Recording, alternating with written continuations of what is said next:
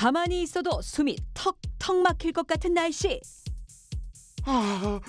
탄다 타. 갈증에 내 목이 탄다. 이럴 땐 일단 마시고 보자. 이온 음료 마시고, 아이스 아메리카노도 마시고, 과일 주스도 마시고, 날씬한 몸매를 위해 식이섬유 음료도 원샷. 하지만 마시면 마실수록 갈증 해소는커녕 더 목이 마르는 이 불편한 진실. 여러분도 한 번쯤 경험해 보셨죠? 입맛에 따라, 기능에 따라 홍수처럼 쏟아져 나오는 이 수많은 음료 가운데 과연 어떤 음료를 언제 어떻게 마셔야 잘 마셨다고 할 수 있을까요? 라라라라라라라 날 좋아한다고 내 몸에 수분 충전. 갈증엔 역시 이온 음료만한 게 없다. 이렇게 땀을 흠뻑 흘리고 난 다음에는 물보다 수분 흡수가 빠르다고 알려져 있는 이온 음료를 챙겨 드시는 분들이 많은데요. 하지만 모두에게 좋은 건 아니라고 합니다. 스포츠 음료, 기능성 음료라고도 불리는 이들의 정확한 이름은 아이소토닉 음료. 아이소토닉은 성분이 같다라는 뜻으로 체액의 성분과 비슷하게 만든 음료를 말하는데요. 주요 성분으로는 당질, 나트륨, 칼슘, 마그네슘 등의 무기질과 비타민 C가 포함되어 있고요. 무기질은 땀으로 손실된 전해질을 보충해주는 기능을 하죠. 이온 음료 한 캔에는 평균 120mg의 나트륨이 함유되어 있습니다. 우리 몸에서 음료로 보충해야 할 정도의 나트륨이 빠져나가기 위해선 심한 운동이나 노동으로 리터 단위의 땀을 흘린 경우에나 해당될 뿐, 생활 속에서 고작 흘린 땀에는 굳이 이온 음료를 마실 필요가 없다는 말씀이죠. 오히려 평상시 음료 대용으로 마시기에는 나트륨 양이 너무 많거나 음료에 포함된 당으로 인해 원치 않은 지방을 얻게 된다고 합니다. 이온 음료에는 이온만 들어있는 게 아니라 당분도 많이 들어있습니다. 그래서 한 컵 정도 드시게 되면은 여러분이 흔히 보시는 각설탕을 한 4개 내지 5개 정도 먹게 되어 있고요. 그램으로 따지면 12g이나 됩니다. 그래서 사실은 그 당분으로부터 안전한 분들은 별로 없기 때문에 마음껏 드실 음료는 아니고요. 굉장히 갈증이 심하고 땀 많이 흘렸을 때 한두 잔 정도 드시는 것이 적절합니다. 시중에서 판매하는 음료수의 첨가물 표시를 보면 어렵지 않게 액상 과당 성분을 찾을 수 있습니다. 설탕보다 저렴한 데다 설탕보다 점성이 높아 훨씬 많은 양의 음료를 만들 수 있기 때문에 널리 이용되고 있는데요. 포도당보다 200배, 설탕보다 약 140배 정도 단맛이 더 나는 것으로 알려져 있죠. 액상 과당은 식욕을 억제하는 호르몬인 렙틴 분비를 차단하는 기능이 있어 포만감을 잘 느끼지 못하게 하여 과식을 부르기 쉽고요. 또 체내 흡수가 빨라 혈당 상승을 유발하기도 하는데요.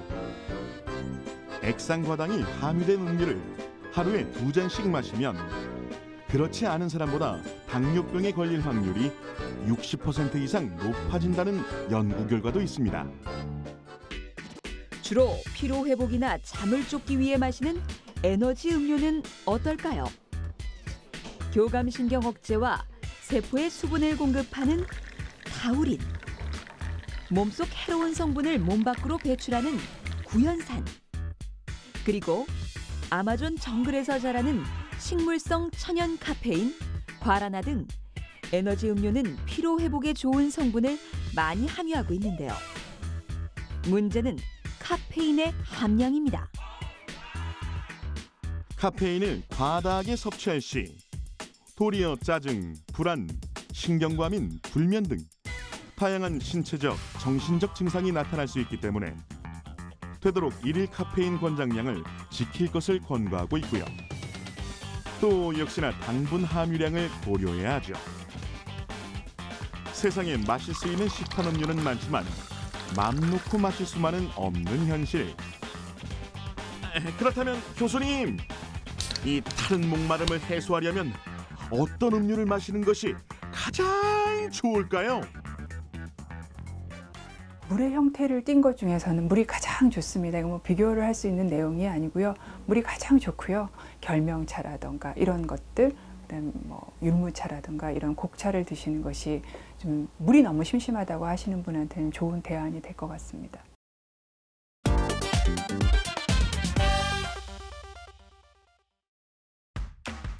바늘과 실처럼 칵테일 하면 떠오르는 그 이름, 바로 바텐더입니다. 쉐이키, 쉐이키. 화려한 기술로 쉐이크를 흔드는 바텐더.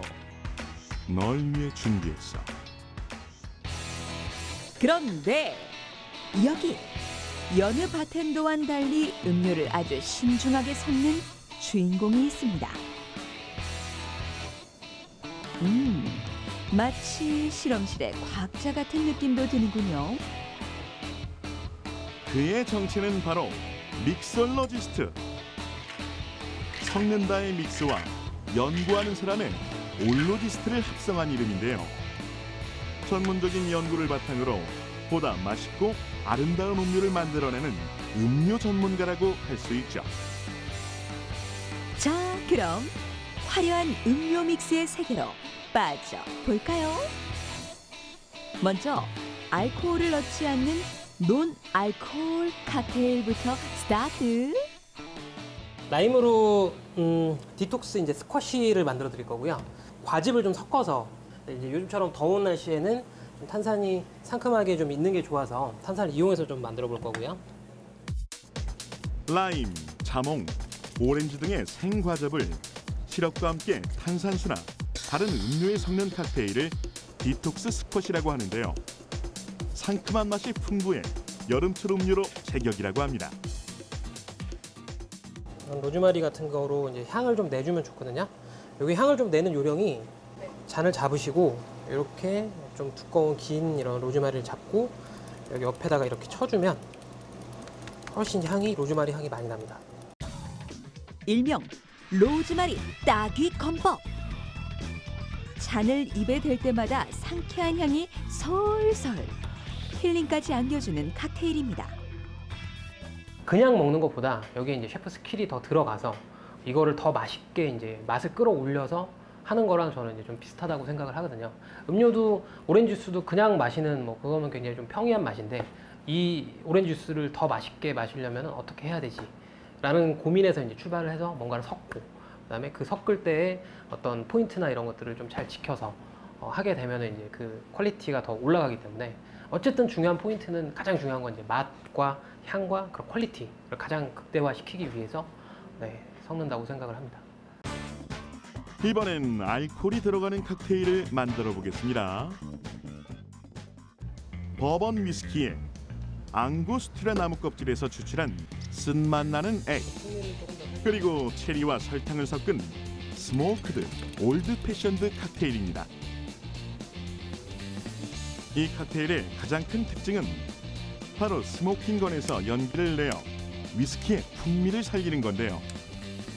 사과나무로 만든 칩이고요. 사과나무를 이제 잘라서 이거를 이제 톱밥처럼 약간 갈아서 만든 거고, 약간 이제 이 연기가 스모크함이 좀 있습니다. 그러니까 연기가 좀 약간 단향이 살짝 나오는 거고. 버번 위스키 자체에 바닐라 향의 단맛이 있기 때문에 사과나무의 달콤한 향과 잘 어울린다고 하는군요. 어떤 향일지 너무 궁금하다. 그렇죠? 지금 만들 칵테일은 이제 레인보우라고 해서 사타, 그래서 플로팅이라고 하는데 이제 띄우는 방식입니다. 여기 이제 뭐 과학적으로 설명을 좀 드리면 당분하고 그다음에 알코올 도수 이런 거에 따라서 이제 어떤 건 가라앉고 어떤 건 뜨거든요. 그래서 섞이지 않고 이거를 이렇게 곱게 좀 쌓아서 올리는 어떤 그런 거고요. 재료가 가진 비중의 차이를 이용해 층층이 쌓는 레인보우 칵테일. 플로트 기법을 이용하기 위해선 먼저 위스키마다의 알코올 도수와 당분에 대한 이해, 그리고 위스키를 따르는 양과 속도 조절이 요구됩니다. 종류에 따라 당분이 포함된 술도 있지만 술은 대부분 물과 알코올로 이루어져 있습니다. 알코올이 물보다 가볍기 때문에 알코올량이 많아 도수가 높은 술일수록 가볍고 당분 함량이 많을수록 무겁죠.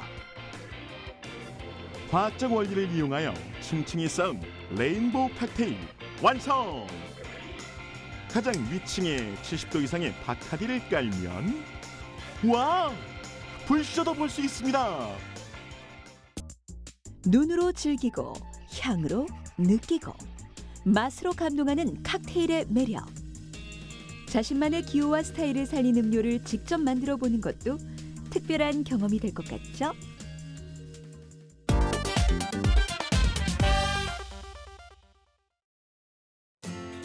술을 제외한 전통 기호성 음료를 통틀어 부르는 음청류. 19세기 초에 편찬된 임원 16지에는 우리나라 사람들이 즐기던 음청류를 차, 탕, 화채, 밀수, 장, 식혜 등으로 구분하고 있는데요. 오늘날까지 가장 대중적으로 즐기는 전통음료 하면 단연 식혜를 들 수 있습니다. 1800년대 말 발간된 것으로 추정되는 한식조리서 시의전서에서는 곡물과 엿기름으로 감주를 만들고 여기에 유자를 넣어 신맛을 더한다라는 식혜조리법이 기록돼 있고요. 1900년대 중반 조선 무상 신식요리 제법에는 엿기름에 대한 정보와 제조법이 상세히 설명돼 있죠. 전통 방법에 따라 식혜를 만들어 보겠습니다. 파란 싹이 튼 보리를 빻아 엿기름 가루로 만들어 면주머니에 넣고 물에서 조물조물 즙을 내는 것이 첫 단계. 이 안에 엿기름물 안에 아밀라제라는 효소가 들어있어서 그 밥알을 삭혀주는 거죠.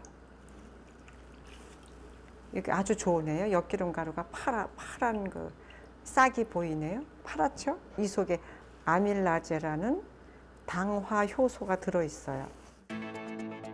예로부터 명절처럼 기름진 음식을 많이 먹거나 과식 후에는 식혜를 후식으로 마셨던 관습이 있었죠. 바로 천연 소화제의 역할을 했기 때문인데요. 보리가 발화하여 탄생한 엿기름에는 발화 이전에는 없던 영양소들이 생성되면서 특히 아밀라제, 프로테아제, 인베르타아제 등의 소화 효소가 풍부해집니다. 우리의 침 속에 포함되어 있는 효소로도 잘 알려져 있는 아밀라제는 전분을 분해하는 능력이 좋아 밥이나 떡이 주식이었던 우리의 식문화의 제격이었죠.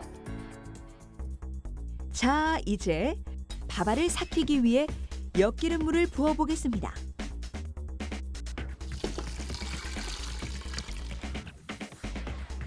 섭씨 60도의 저온에서 대여섯 시간 동안 발효를 거치는데요.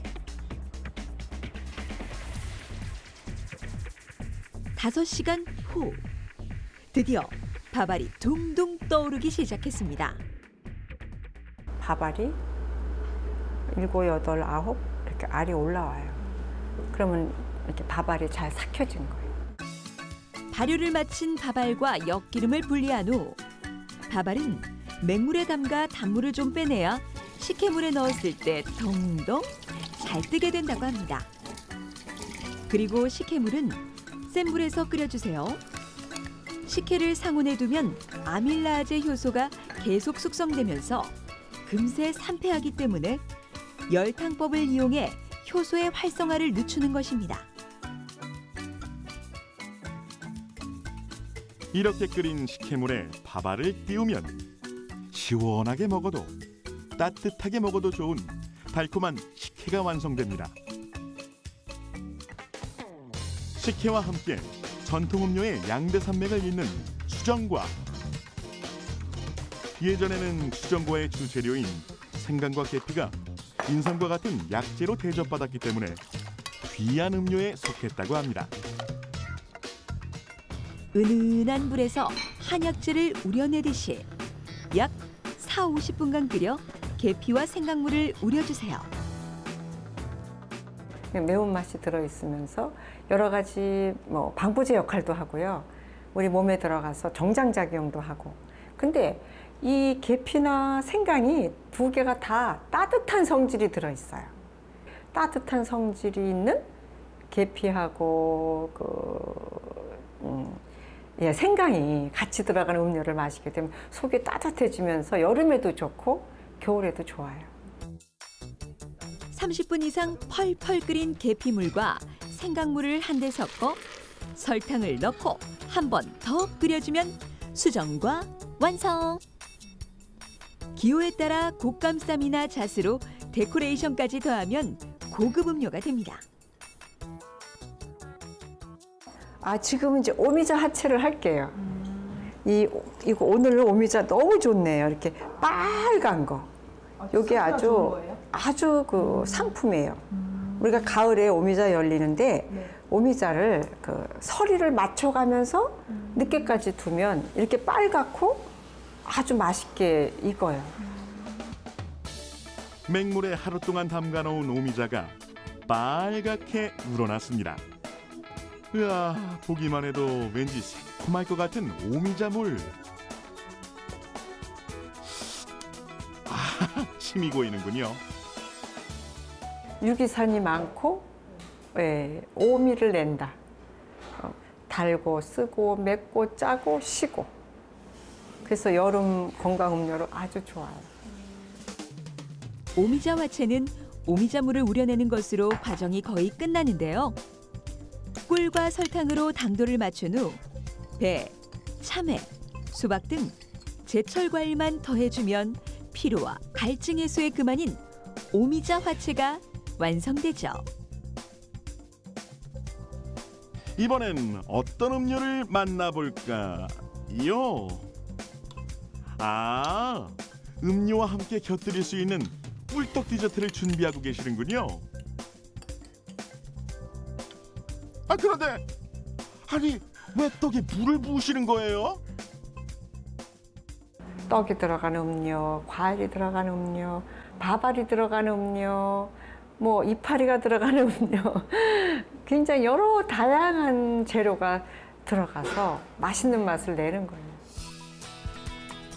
그렇다고 음료에 떡을 떡하니 넣은 이 비주얼은 무척 생소한데요. 꿀물에 작고 동그란 떡을 넣어 먹는 이 음료는 원소병이라고 하고요.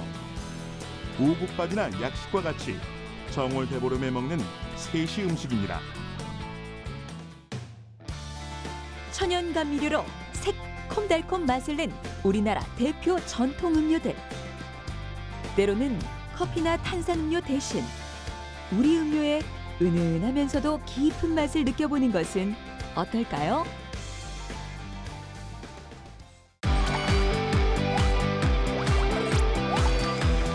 속 쓰는 과 사이다.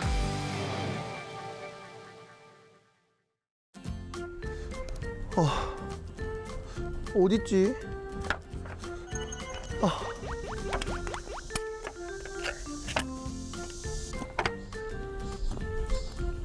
없네. 없어요.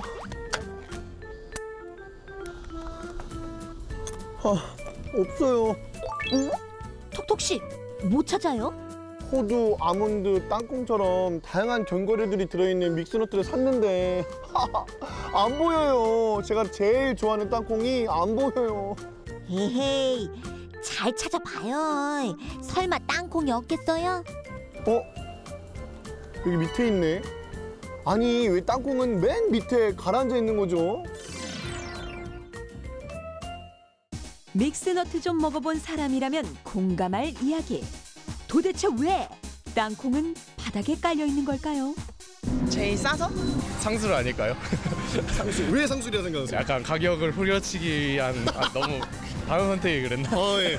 제일 맛있으니까. 땅콩을 제가 많이 좋아하는데 그러다 보니까 일부러 아래다가 놓으면서 계속해서 먹게 하려는 그런 의도가 아닐까 싶습니다. 짭짤한 것부터 먹으면은 맛이 밍밍해지니까 자극적인 순으로. 이거를 공장에서 만들잖아요. 공장에서 그게 나올 때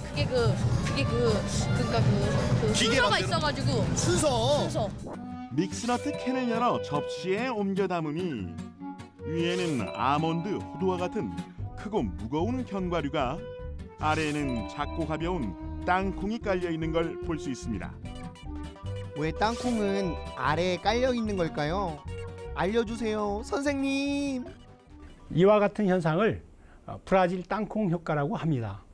브라질 땅콩 효과란 알갱이들이 서로 다른 혼합물들을 흔들었을 때 굵은 물질은 위에 있게 되고 가는 물질은 아래에 있게 됩니다. 굵은 물질 사이로 가는 입자 알갱이들이 내려가기 때문에 아래는 가는 입자가 있게 되고 위에는 굵은 알갱이가 있게 되죠. 그래서 굵은 알갱이가 마치 위에 있기 때문에 중력에 반한다 해서 반중력 효과라고도 합니다. 일반 땅콩보다 크기가 큰 브라질 땅콩.